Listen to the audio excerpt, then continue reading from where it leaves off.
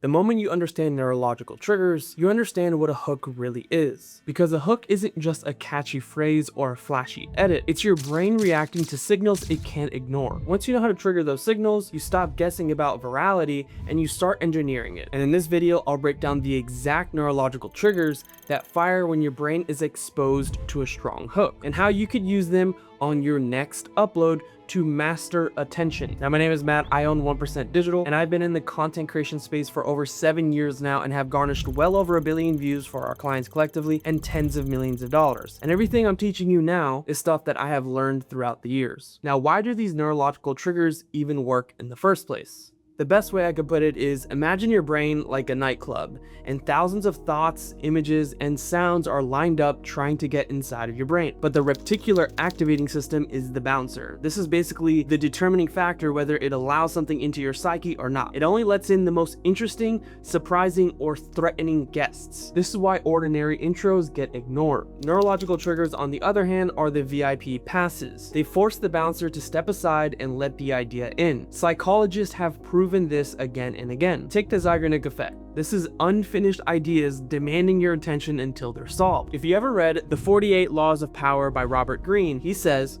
court attention at all costs. But here's the deeper truth. In our world, you don't just court attention, you have to hijack it before someone else does. Now, while everyone else calls them hooks, I call them neurological triggers, because the way I frame it in that sense makes me think of what will cause somebody to have a guttural reaction. And the reason I say guttural reaction is because there's two systems in which your brain operates from. System 1 is emotional and guttural, and system 2 is logical and very methodical. So, with that being said, if you can operate in system 1 to garnish the attention at all costs, then by default you'll allow them to go through the video, which you can instill the logical ration into what it is that you're teaching them. This is why thumbnails and titles are so important. Now, here are the 5 neurological triggers behind viral content. Let's break it down one by one. Number 1 is the identity trigger. This is when you describe someone's exact pain. Their brain lights up. It's like holding up a mirror saying, "This is you." Brendan Kane explains this perfectly in The Hook Point. When you explain someone's problem better than they can, they assume you hold the solution. Number 2 is the novelty trigger.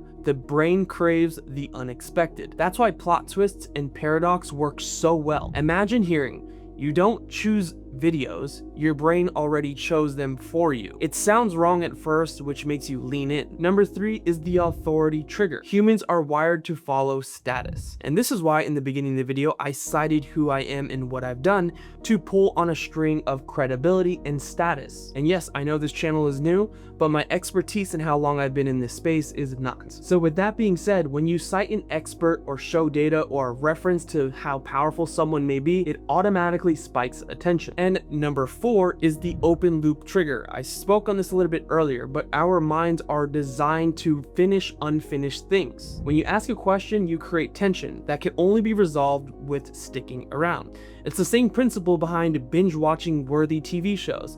Every episode ends with a cliffhanger. And the 5th is something I touched on earlier in this video, which is the emotional trigger. When I spoke about the 2 ways the brain thinks, you have to understand logic whispers while emotion screams. We always want to operate from a place of emotion. So if we can garnish anything with fear, anger, or aspiration, we automatically bypass the rational brain and hit the survival circuits. Now, moving on to something else. This is turning triggers into hooks. Every great hook has 3 layers: pattern interrupt, curiosity gap, and payoff preview. Think of it like a game of chess. The opening move isn't designed to win the game, it's designed to control the board. Your hook's job isn't to explain everything, it's to position your audience where you want them. In fact, Robert Greene wrote in the book The Laws of Human Nature, "We are all self-absorbed, locked in our own worlds. It is a liberating experience to be drawn outside of ourselves." With that being said, it is liberating for your viewers to be drawn outside of themselves and stuck into your videos.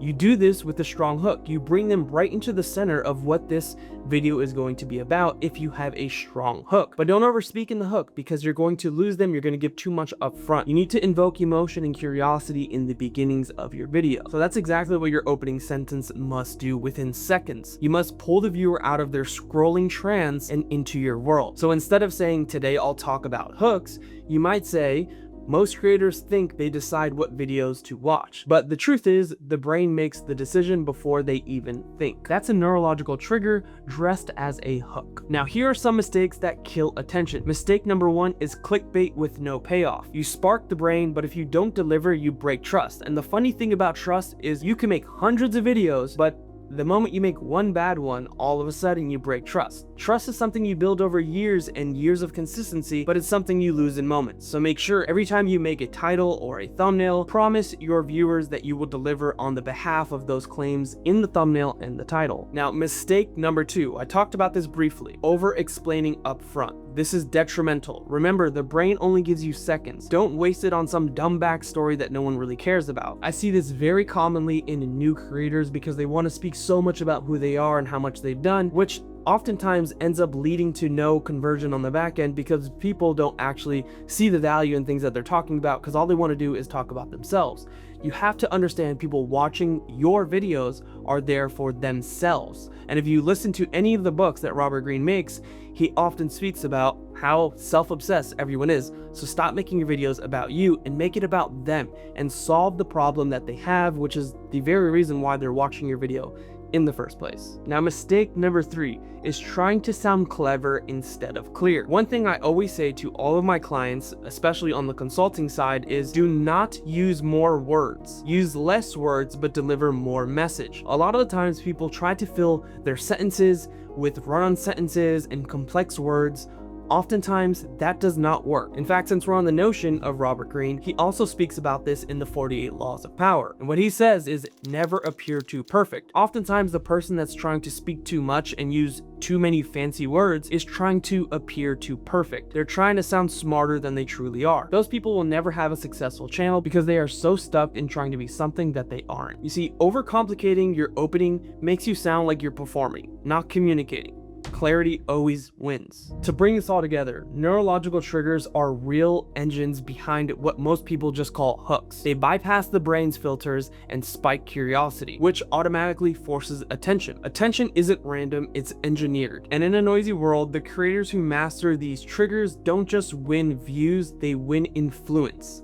So the next time you post, don't ask, is my video good? Ask, does the first 3 seconds of this fire the brain's triggers? Because if it does, the rest of your message will finally have a chance to be heard. And if you want more tactics on how to be a better creator, subscribe to this channel to find all the tactics that myself and clients use inside their own channels to be very successful. Thanks for watching.